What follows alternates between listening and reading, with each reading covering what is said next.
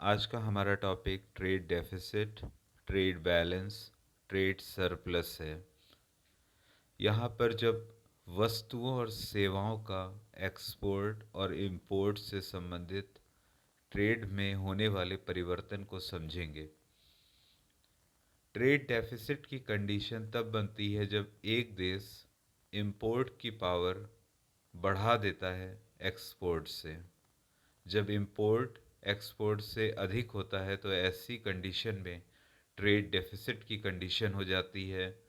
वहीं जब trade surplus होता है तो ऐसी कंडीशन में एक्सपोर्ट बढ़ता है इंपोर्ट से।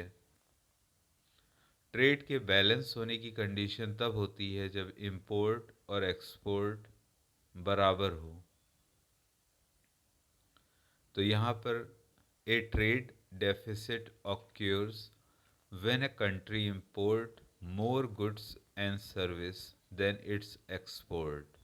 The opposite of the trade deficit is a trade surplus, which occurs when a country export more than it import.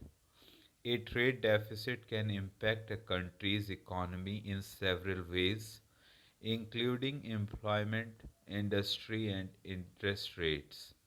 The trade balance is the difference between a country export and import.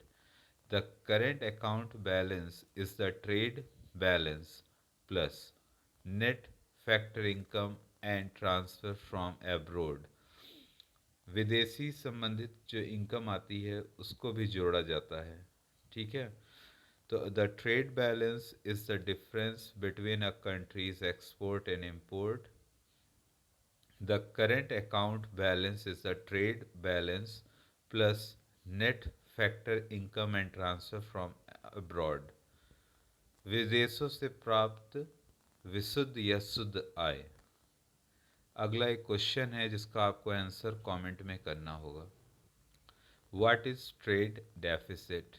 Option A, value of import plus value of export.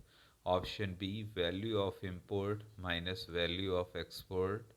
Option C, value of import into value of export. Option 4, value of import divided by value of export. अगर आपको कोई भी answer आता है इस सवाल का तो आप उसको एक्सप्लोर कमेंट में करेंगे।